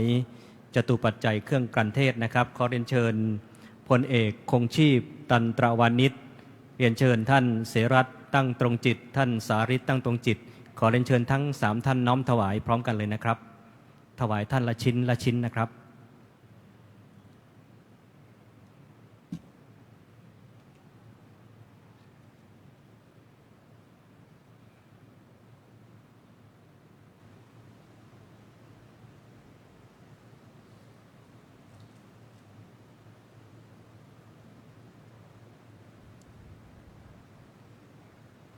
ขออนุโมทนามหาอุบาสกทั้ง3ท่านนะครับซึ่งเป็นผู้แทนของอุบาสกอุบาสิกา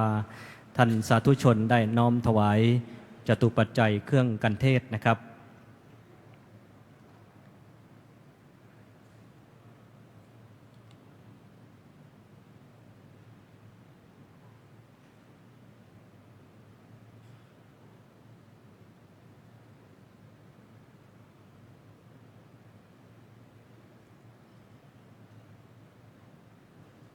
ลำดับถัดไปขอประธานอนุญาตกราบอาราธนาเจ้าประคุณสมเด็จองค์ประธานในพิธีเมตตาทอดผ้าควรมิควรสุดแต่จะเมตตาขอรับ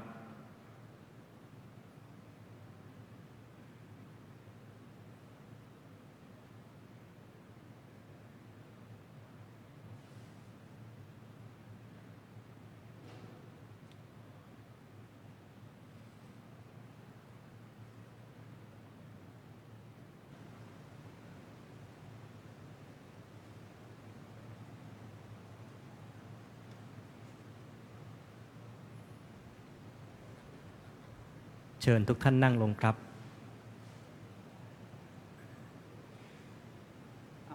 นิจยาวัตสังอาลาปาทวยธรรมิโนอุปชิตวานิรุชันติเตสังมูปัสสโมสุโข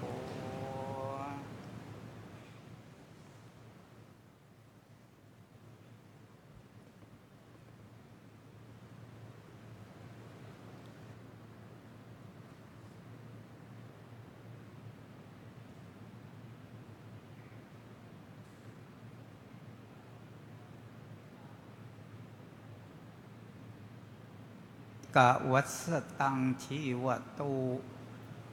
อติเรกะวัสสตังชีวตุทีคายุโกโหตุอโรโคโหตุทีคายุโกโหตุอโรโคโหตุสุขิโตโหตุประเมทมหาราชาสิทธิกิจจังสิทธิกัมมังสิทธิลาโภชโยนิจจังประเมนทมหาราชวรัสสะภวตุสัพพทาขอถวายพระพรภวตุสัพพมังคลังรักขันตุสัพพเทวตาสัพพพุทธานุภาเวสทาโสติภวันตุเตภวตุสัพพมังคลังรักขันตุสัพพเทวตาสัพพธรรมานุภาเวนะสทาโสติภวันตุเตภวตุสัพพ พมังกลังรักขันตุสัพพะเทวตาสัพพะสังฆานุภาเวนัสทาโสธีภวันตุเต พระเดชพระคุณพระธรรมวชิรปัญญาภรณ์พระราชาคณะองค์แสดงพระธรรมเทศนาได้ถวายอดิเรกจบลงนะครับการถวายอดิเรกนั้นเป็นการถวายพระพรเป็นการเฉพาะองค์พระบาทสมเด็จพระเจ้าอยู่หัวสมเด็จพระบรมราชินีนะครับพระราชาคณะแสดงพระธรรมเทศนาจบลงแล้วในนามคณะสงฆ์วัดพระเชตุพนวิมลมังคลารามราชวรมหาวิหารมีเจ้าประคุณสมเด็จพระมหาธีราจารย์เจ้าคณะใหญ่หนเหนือเจ้าประคุณสมเด็จองค์อธิบดีสงฆ์พร้อมด้วยคณะอุบาสกอุบาสิกาสาธุชนขอกราบขอบพระคุณพระเดชพระคุณพระธรรมวชิรปัญญาภรณ์ที่ได้เมตตาแสดงพระธรรมเทศนาในครั้งนี้นะครับพิธีถัดไปนะครับจะเป็นพิธีสวดมาติกาสดับปกรณ์ในการนี้ขอกราบอาราธนาพระสงฆ์สมณศักดิ์วัดพระเชตุพนได้เมตตาขึ้นอาสนะสงฆ์นะครับซึ่งประกอบด้วยพระเดชพระคุณพระเทพวชรศิลาภรณ์พระราชวชรสิทธิคุณพระราชปัญญาวชิรากรพระทักษิณคณิสรพระอุดรคณารักษ์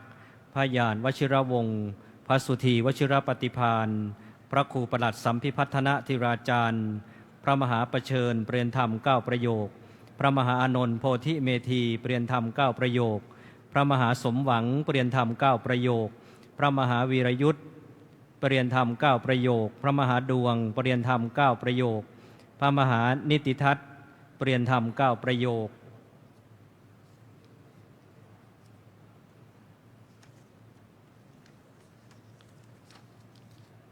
พระมหาวชิระเปลี่ยนธรรม9ประโยคพระครูโคสิทธิวีรธรรมพระครูอาคมสุนทรพระครูไพโรจน์สังฆารามพระครูวิริยะธรรมรงค์พระครูสุตตรัตนวิมลพระครูวิมลปริยัติบัณฑิตพระครูวิมลธรรมพานพิมลธรรมพานพระครูศรีปัญญาวิเทศพระครูปิยะสุตวิมลพระครูภาวนาจารย์วิปัสสนาพระครูวิมลจริยาภรณ์พระครูอมรวิชัยพระครูประหลัดสุวัฒนศิลคุณพระมหาประจวบเปลี่ยนธรรม8ประโยคพระมหานรินทร์เปลี่ยนธรรม7ประโยคพระมหานพรัตน์เปลี่ยนธรรม7ประโยคพระมหาวิสิทธิ์เปลี่ยนธรรม7ประโยคพระมหาโยธินเปลี่ยนธรรม7ประโยคพระครูประหลัดดิลกวรวัฒน์พระมหาสุภวัตเปลี่ยนธรรม6ประโยคพระมหาเฉลิมศักดิ์เปลี่ยนธรรม6ประโยคพระครูประหลัดสมเกียรติปัญญาสิริพระครูวินัยธรกิตติศักดิ์โคตมศิโสพระครูวินัยธรเอกชัยทิตะปัญโยพระครูวินัยธรนรงค์ธรรมเมธีพระครูวิจิตรโคสาพระมหาวิจิตรนววัฒโนเปลี่ยนธรรม3ประโยคพระมหาสุพนัทพระครูญาณวิจักรพระครูสมุบรรจงพระปัทพงศ์ทิตะธรรมโมขอกราบอาราธนาพระคุณท่านทุกรูปด้วยความเคารพยิ่ง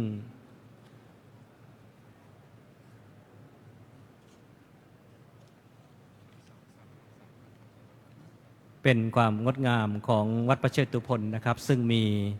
พระราชาคณะพระครูสัญญาบัตรพระปรริญญาวัดพระรามแห่งนี้นั้นมีปรริญญาธรรม9ประโยคหลายรูปนะครับนี่คือความงดงามของคณะสงฆ์วัดพระเชตุพนซึ่งมีเจ้าประคุณสมเด็จพระมหาธีราจารย์ดำรงตำแหน่งอธิบดีสงฆ์วัดพระเชตุพนกราบนิมนต์พระคุณท่านตั้งพัดยศขอรับ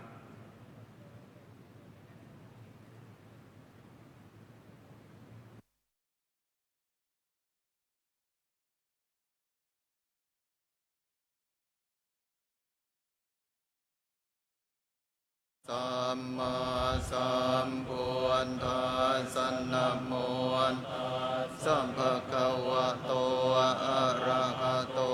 สัมมาสัมพุทธัสสะนะโม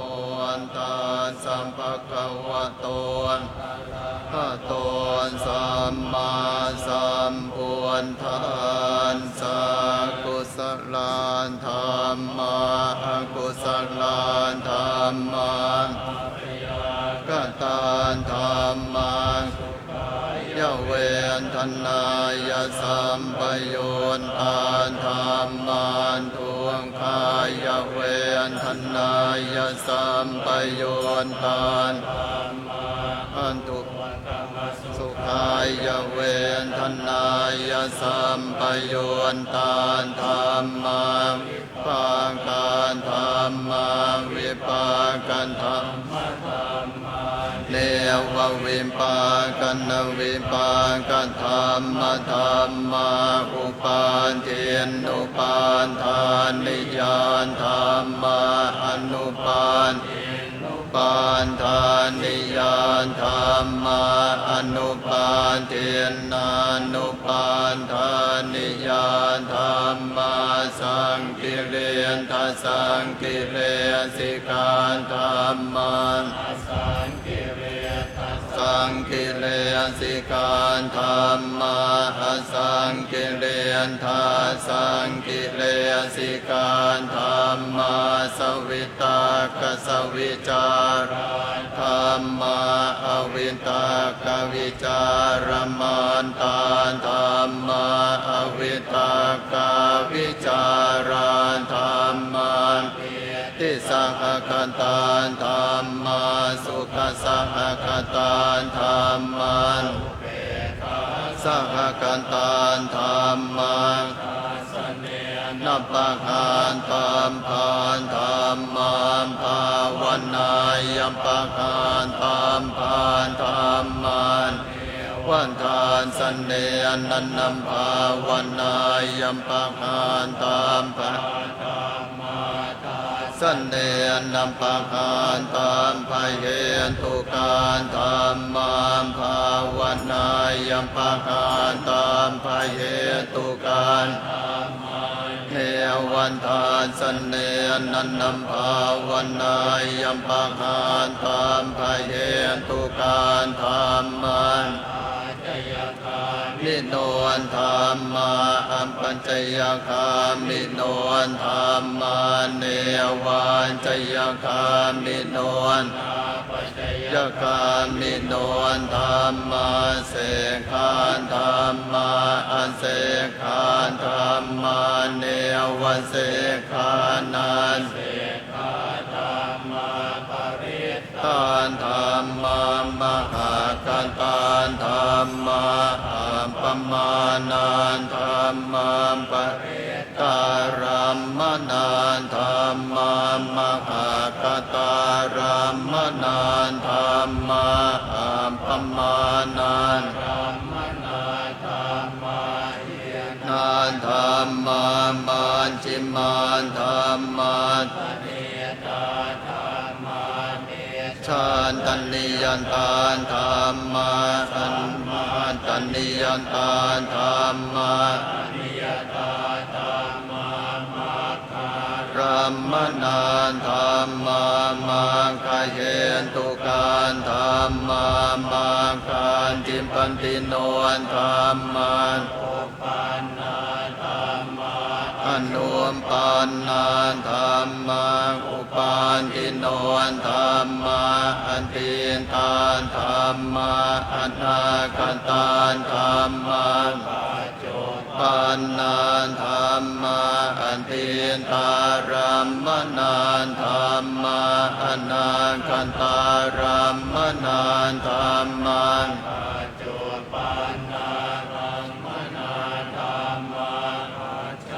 ทานธรรมาทานธรรมาอ่านชานตัมปะเหนทานธรรมาอ่านชานตารัมมนานธรรมาพะเหนรัมมนานธรรมาอ่านชานตัมปะเหนทารัมมนานธรรมาสันนิทานสันนสามปันติคานธรรมาอนินทานปฏิคานธรรมาอนินทานสนามปันติคานธรรมาเหตุมปัญจโยอารัมมณปัญจโยอันติปันติปัจจโย สมานันตรัมปัญจโยสังฆชานตัมปัญจโยยัมปัญจโยเนียนสยัมปัญจโยอุปเนียนสยัมปัญจโยปุเรนชานตัมปัญจโยปัญชานตัมปัญจโยวันนัมปัญจโยกรรมปัญจโยวิปังกัมปัญจโยยัมปัญจโยชานัมปัญจโยมังคัมปัญจโยสัมปโยตัมปัญจโยเมปโยตัมปัญจโยอาทิปัญจโยนันทิปัญจโยวิกันตัมปัญจโยอวิกันตปัญจโยลำดับถัดไปขอเรียนเชิญท่านผู้มีเกียรติ2 ท่านดังมีนามต่อไปนี้น้อมถวายจตุปัจจัยทายธรรมเจ้าพระคุณสมเด็จองค์ประธานในพิธีขอเรียนเชิญท่านผู้ในวยการอโนชากิจจานนท์และคุณกาญจนาหารชาญเลิศเป็นผู้แทนของอุบาสกอุบาสิกาสาธุชนน้อมถวายจตุปัจจัยทายธรรมเจ้าพระคุณสมเด็จพระมหาธีราจารย์ขอเรียนเชิญครับ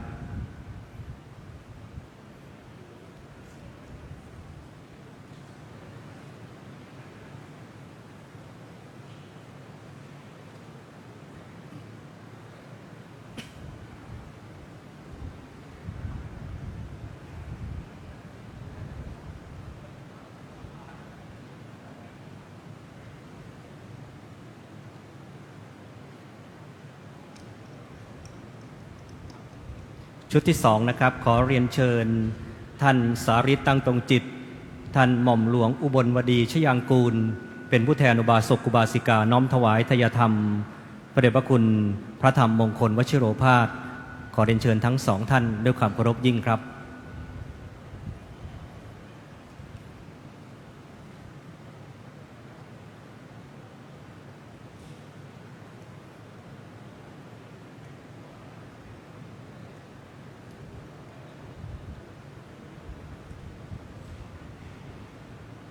ในการนี้เจ้าประคุณสมเด็จพระมหาธีราจารย์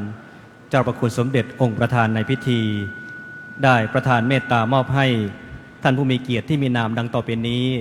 ทอดผ้าในการนี้ขอเรียนเชิญ1พลเอกคงชีพตันตระวณิช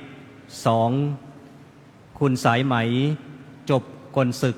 3คุณอัดเหมวิจิตรพันธ์ 4คุณยานีสิริวงศ์ณอยุธยา 5คุณสุภานีสิริวงศ์ณอยุธยา 6คุณกำจรลิขิตวงศ์ 7หม่อมหลวงอุบลวดีชยากูล 8คุณกัลยาณีว่องไวกิจไพศาล 9คุณนิพาเดอกรองเช่ 10คุณปิยพัฒน์ไพบูลย์สิริ 11คุณกัลยาณีสิริกุล 12คุณประพจน์จนีกิตติขจร 13คุณกาญจนาหารชันเลิศ 14ท่านผู้ในวยการอโนชากิจจานนท์และ15ท่านเสรัตน์ตั้งตรงจิต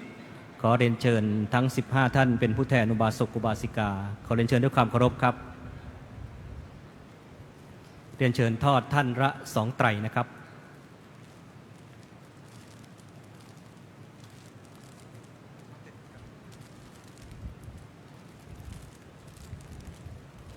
ขออนุโมทนาท่านผู้มีเกียรติทั้ง15ท่านนะครับวันนี้ได้เป็นผู้แทนของอุบาสกอุบาสิกาสาธุชนทุกท่านนะครับในการทอดผ้าด้วยพระบาทสมเด็จพระเจ้าอยู่หัวทรงพระกรุณาโปรดให้การบำเพ็ญกุศลถวายพระบาทสมเด็จพระนั่งเกล้าเจ้าอยู่หัวพระมหาเจษฎาราชเจ้าเนื่องในโอกาสวันคล้ายวันพระบรมราชสมภพครบ238ปีนะครับซึ่งกำหนดจัดขึ้นนะครับในพระอุโบสถวัดประเชตุพนวิมลมังคลารามราชวรมหาวิหารแห่งนี้นะครับตั้งแต่ช่วงเวลา 13:30 นาทีที่ผ่านมานะครับซึ่งเรียนเชิญคุณเยาวมานวัชระเรืองศรีนะครับเป็นผู้แทนอุบาสกอุบาสิกา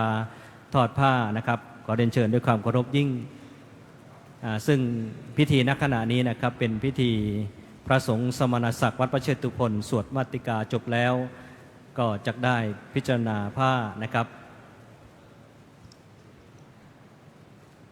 ทอดผ้าเสร็จแล้วนะครับเรียนเชิญกลับเข้ามานั่งที่เก้าอี้รับรองเช่นเดิมครับ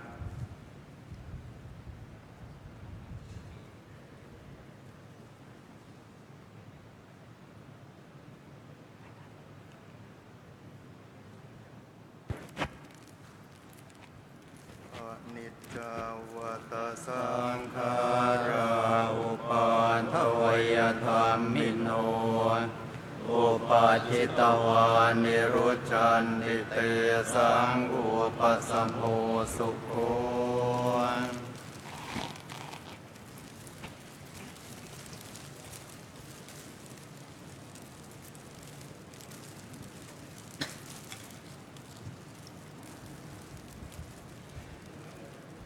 ยะถาวาริวาคาปุราปริปุเรนติสาครังเอวเมวะอิโตทินังเปตานังอุปกปติอิจิตังปฏิตังตุมหังคิปะเมวะสมิจจตุสัพเพปุเรนตุสังกปาจันโทปนะระโสยะธามณิโชติระโสยะธาวิวันจันตุสัมพันโลงโควินนานสันตุมันเตมภวันตารายโยสุขีเทียงกายยุโกนภวันสัมเพียนติโยวิวันจันตุสัมพันโลงโควินนานสันตุมันเตมภวันวันตารายโยสุขีเทียงกายยุโกนภวันสัมเพียนติโยวิวันจันตุสัมภโรงโควินนานสันตุมันเตมภวันวันตารายโยสุขีเทียงกายยุโกนภวะอัมพิวันธนสีเลียนสันเมนจังพุทธานปัญจายโนจันตารวันธรรมาวันทันติอายุวันโนสุขังอารังยันจะโคนทานกินนานเทียนนานทางการมิสุปฏิติตาเทียงขรันตังหิตายานสันทานนโสอุปกรรมปันติโสยานตินธรรมโมยะอายังนิทาสิโตเป็นตานำปวนชานจังกันตากุลานลานปัลลานจันเพียงพุนนมันโนมปฏินางตุนเมยิปุญญังปัสสุตังอนาปกันติโสอันทันลานโทนสุขิโตวิโรนหัวโพธัสสะสเน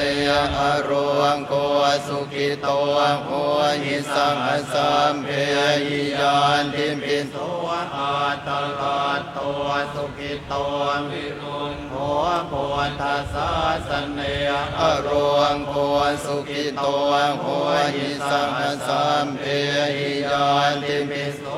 อันทันลานตัวสุขิโตวิโรนหัวโพธัสสะสเนอารวงโกสุขิโตหัวหิสังอสัมเพยิยาติภิอติเลกะวัสสตังชีวตุอติเลกะวัสสตังชีวตุอติเลกะวัสสตังชีวตุทีคายุโกโหตุอโรโคโหตุทีคายุโกโหตุอโรโคโหตุสุขิโตโหตุปรเมนทมหาราชาสิทธิกิจจังสิทธิกัมมังสิทธิลาโภชโยนิจังปะนเมนทมหาราชาวรัสสะภวตุสัพพทาขอถวายพระพรสัพพมันครังรังคันตุสัมพันเทวตาสัมภพุทธานุภาเวนสันทาโสนเทียมภวันตุเต ตุสัพพมังคลังรังคันตุสัมพันเทวันตาสัมปธัมมานุภาเวนัสสันตาโสนเทียมภวันตุเตภวันตุสัมพมังคลังรังคันตุสัมพันเทวันตาสัมปสังฆานุภาเวนัสสันตาโสนทีภวันตุเต กราบนิมนต์พระคุณท่านทั้งนั้นตามอัธยาศัยครับการที่พระบาทสมเด็จพระเจ้าอยู่หัวทรงพระกรุณาโปรดให้การบำเพ็ญกุศลถวายพระบาทสมเด็จพระนั่งเกล้าเจ้าอยู่หัวพระมหาเจษฎาราชเจ้าเนื่องในโอกาสวันคล้ายวันพระบรมราชสมภพครบ238 ปีได้สำเร็จเสร็จสิ้นแล้วนะครับในนามคณะอุบาสกอุบาสิกาสาธุชนทุกท่านขอประทานอนุญาตกราบขอบพระคุณเจ้าประคุณสมเด็จพระมหาธีราจารย์เจ้าคณะใหญ่หนเหนือเจ้าประคุณสมเด็จองค์อธิบดีสงฆ์วัดประเชตุพนวิมลมังคลารามราชวรมหาวิหารที่ประธานเมตตามาเป็นประธานในวันนี้นะครับในการนี้ขอเรียนเชิญสาธุชนทุกท่านยืนประนมมือนะครับน้อมส่งเจ้าประคุณสมเด็จองค์ประธานในพิธีจักได้ไปปฏิบัติศาสนกิจอื่นนะครับแม้เจ้าประคุณสมเด็จนั้นจะมีศาสนกิจมากแต่เจ้าประคุณสมเด็จนั้นเอาใจใส่ต่อกิจการงานของคณะสงฆ์และวัดประเชตุพนวิมลมังคลารามนะครับพิธีบำเพ็ญกุศลถวายพระบาทสมเด็จพระนั่งเกล้าเจ้าอยู่หัวพระมหาเจษฎาราชเจ้าในวันนี้นะครับได้สำเร็จเสร็จสิ้นแล้วโดยอำนาจแห่งบุญบารมีที่เราท่านทั้งหลายได้บำเพ็ญแล้วก็จะได้น้อมเกล้าน้อมกระหม่อมถวายเป็นพระราชกุศลแด่พระองค์ท่านนะครับในการนี้นะครับก็ขออนุโมทนาทุกท่านนะครับขอให้ทุกท่านนั้นได้เดินทางกลับโดยสวัสดิภาพนะครับท้ายนี้ขอกล่าวคำว่าธรรมะสวัสดีครับ